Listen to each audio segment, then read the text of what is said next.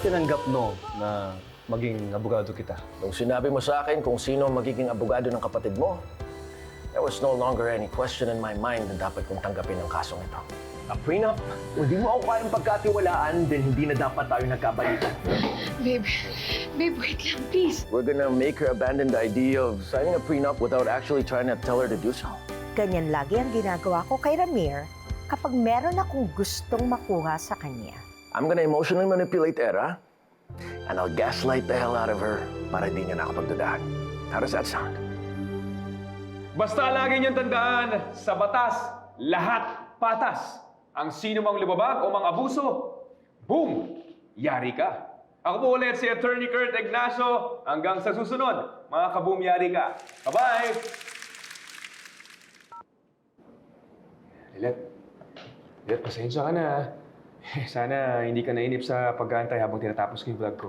Okay lang. Anyway, libre na ako all afternoon. Pwede na kitang tulungan mag-isip mga case strategy sa kasong hawak mo. Lilet. Ayos ka lang ba? Oo. Pasensya na, medyo lutang ah. Napuyat kasi ako kagabi kaka-review nung civil code at property law. Alam mo, Lilet, kahit kailan, hindi ka magaling magsinungaling. Nakikita ko sa mukha mo na may problema ka. Pwede mo naman i-share sa akin eh. Mag-best friend tayo, di ba? Masyado kasing close to home yung kaso ko ngayon. Nakaka-relate ako kay Mia Cruz. Kasi pareho kami may hindi pagkakaunawan sa mga kapatid namin eh. Kaya habang nire-review ko yung kaso niya, hindi ko maiwasang mas mamiss si Eira. Madali lang naman yan eh. Gusto mo talagang makausap at makita yung kapatid mo. Bakit di mo siya puntahan? Malay mo. Malamig na yung ulo ni Eira. Eh, baka busy pa yun sa pag-organize ng auction ng mga gamit ni nanay. Ha? Ibebenta ni Eira yung mga gamit ni Attorney Meredith? Lilet, aware ka ba na gagawin niya to? Pinagpaalam ba niya sa ito? Actually, sa social media ko lang nalaman. Pero teka, hindi tama yun. Alam natin pareho na lahat ng naiwang properties and belongings ng nanay niyo ay co-own yung dalawa ni Eira. Especially kung di specified sa lahat ng dokumento kung kanino pupunta yung pag-aaring yun. Walang pwedeng magbenta, mag-dispose, or magpa-auction ng mga shared properties nang walang consent ng isa't isa. Hayaan na lang natin si Eira kung anong gusto niyang gawin sa mga gamit ni nanay. Wala naman akong balak maghabol pa dun sa mga properties niya eh. Kahit na entitled pa ako dun bilang anak niya. Gusto ko lang talaga magkaayos na kami ng kapatid ko.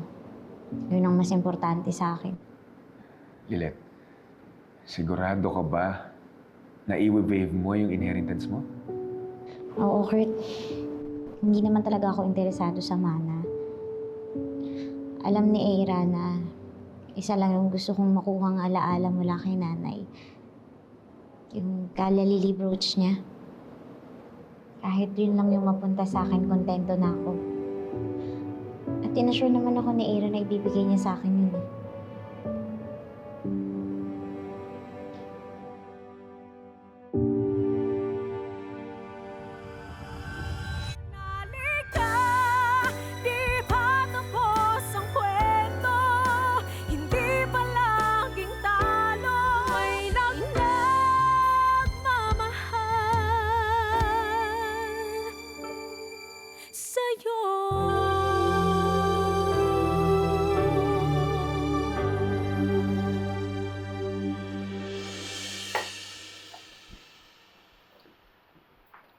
Evan.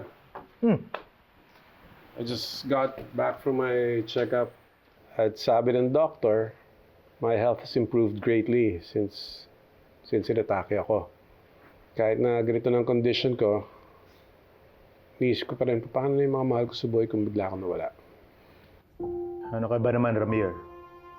You should not entertain thoughts like that. I'm just being practical. Just want to make sure na all my affairs are in order. What do you mean? Actually, yun ang reason kung bakit kita pinapunta dito. How can I help you? Gusto ko na sana malaman kung kailangan ko pa ipa-amend ang last will and testament ko. Para masigurong may mamanayan pa si Lilet kung mawala ako. Hindi na kailangan. Napatunayan naman sa pamamagitan ng DNA test na anak mo si Lilet. Under the Civil Code and Family Law, bilang illegitimate child, automatic na entitled siya to get half of what Trixie will get from your estate. That's good to know. At least alam kong hindi dehado si Lilet. Is there something else, Ramir? Alam mo, nung inatake ako, nung akala kong mamamatay na ako, isa sa mga pinanghihinayangan ko ay hindi ko na ipakilala si Lilet. Hindi ko siya na ipagmalaki bilang anak ko. And that she's also entitled sa lahat ng pinaghirapan ko bilang ama niya. Anong balak mo? Gusto ko sana, habang buhay pa ako, i-assess na natin lahat ng mga ari-arian na paghahatian nila ni Trixie. That way, pwede na natin simulan ng pag-transfer ng mga properties kay Lilet. That would take a while, pero I'll start working on it. Lilet deserves to be provided with everything that I can give her as a father.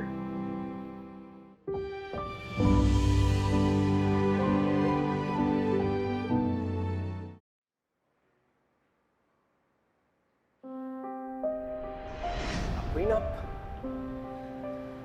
Kailangan ba talaga natin ito, babe?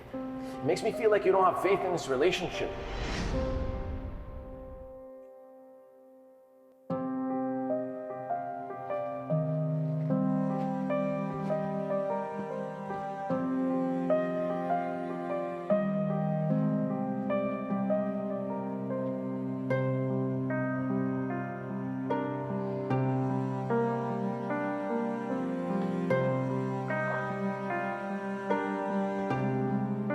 Babe, nagtatampo ka pa rin ba? I'm sorry kung binigla kita last time, ah. I should have spoken to you first instead of ambushing you into that prenup agreement. No. Kung meron dapat mag-apologize, Era, ako yun. Dapat hindi ko binigyan ng malisyo intensyon mo, di ba? The truth is, I let my emotions cloud my judgment, and worse yet, I didn't even consider your perspective. But now I realize having a prenup doesn't mean you don't trust me. It's a commitment to being transparent and responsible with each other. Pero I don't want to lose you. So kung ito talagang gusto mo, then I'm okay with it. In fact,